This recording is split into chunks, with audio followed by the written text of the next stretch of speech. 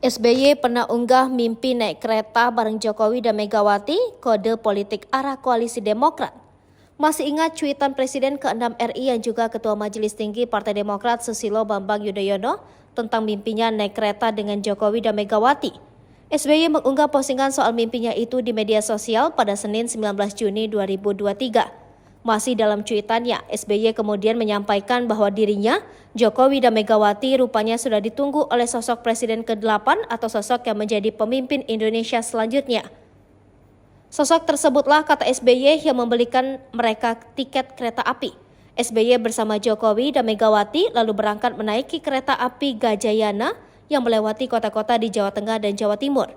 Mereka hanya bertiga, sang Presiden ke-8 RI tidak ikut dalam perjalanan kereta api tersebut.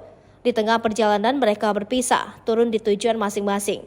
Dalam mimpi itu SBY tersebut Jokowi turun di Solo, Jawa Tengah, dirinya SBY di Pacitan, sedangkan Megawati lanjut perjalanan sampai ke Blitar untuk berziarah ke makam Presiden pertama RI sekaligus ayahandanya Bung Karno.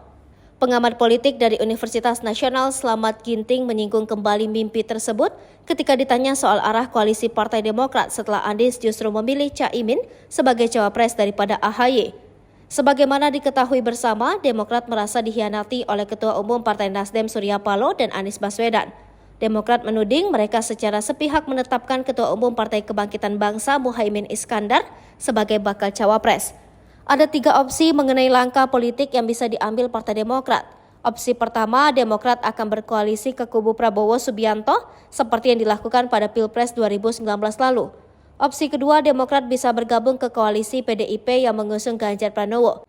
Sementara opsi ketiga, mereka membentuk poros baru bersama P3 dan mengajak PKS untuk menawarkan pasangan Sandi AHY.